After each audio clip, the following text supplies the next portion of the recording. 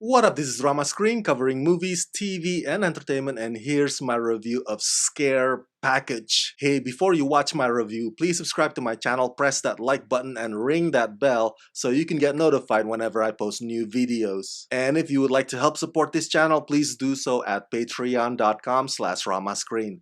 That's patreon.com/ramascreen.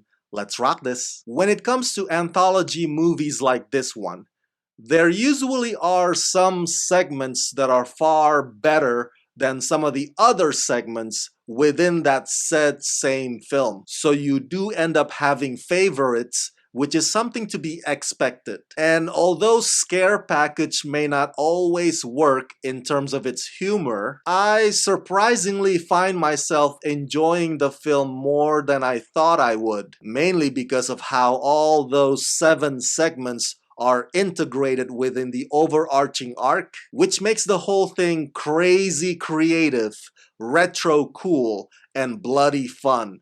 Underline the word bloody. Led by a diverse group of up-and-coming genre filmmakers, Scare Package is an anthology horror comedy featuring several directors covering several segments of the film. It centers around Chad, the owner of Rad Chad's Horror Emporium video store, as he recounts a series of bone-chilling tales to illustrate the rules of the horror genre to his newest employee. Each story takes aim at different tropes, paying homage to and subverting the timeless cliches of the beloved genre. Starring Noah Sagan, Baron Vaughn, Chase Williamson, Jocelyn Debois, Jeremy King, Dustin Rhodes, Tony Trucks, and Han Tran. As a fan of the horror genre, seeing the way Scare Package makes fun of the usual tropes, it just goes to show that how things are done in slashers or in paranormal films or in torture porns like Saw franchise have gotten quite too generic and too predictable. And so maybe they should mix things up a bit to get to something fresh, because obviously the filmmakers on Scare Package are also huge fans, and so they know how to mess with those tropes and make something silly out of it. Honestly, it all kind of looks like a compilation of SNL digital shorts Halloween edition. My favorite segment would have to be The Night He Came Back Again,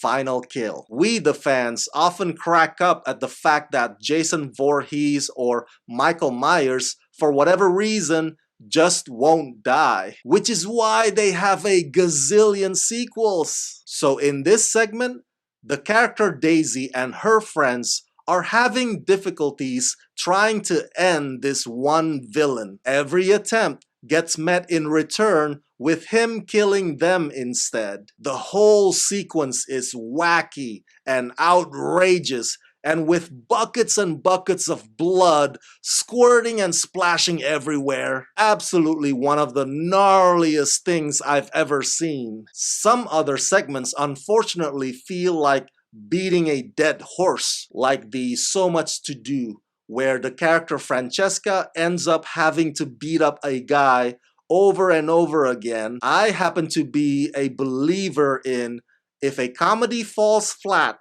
maybe it's time to move on, instead of getting stuck in the moment at hand. The Rat Chat's Emporium ultimately leads to Horror Hypothesis, which I gotta admit, it loses my attention from time to time. By this point, the whole body dismemberment becomes an unnecessarily drawn-out running gag. But like I implied earlier, the way the segments jump from one to the next against the backdrop of the video store is definitely something that deserves a recognition. The 80s synthesizer score and the use of VHS tapes also bring in some of that nostalgia feeling. I think horror, putting aside the comedy for a bit, can be more enjoyable in the form of anthology.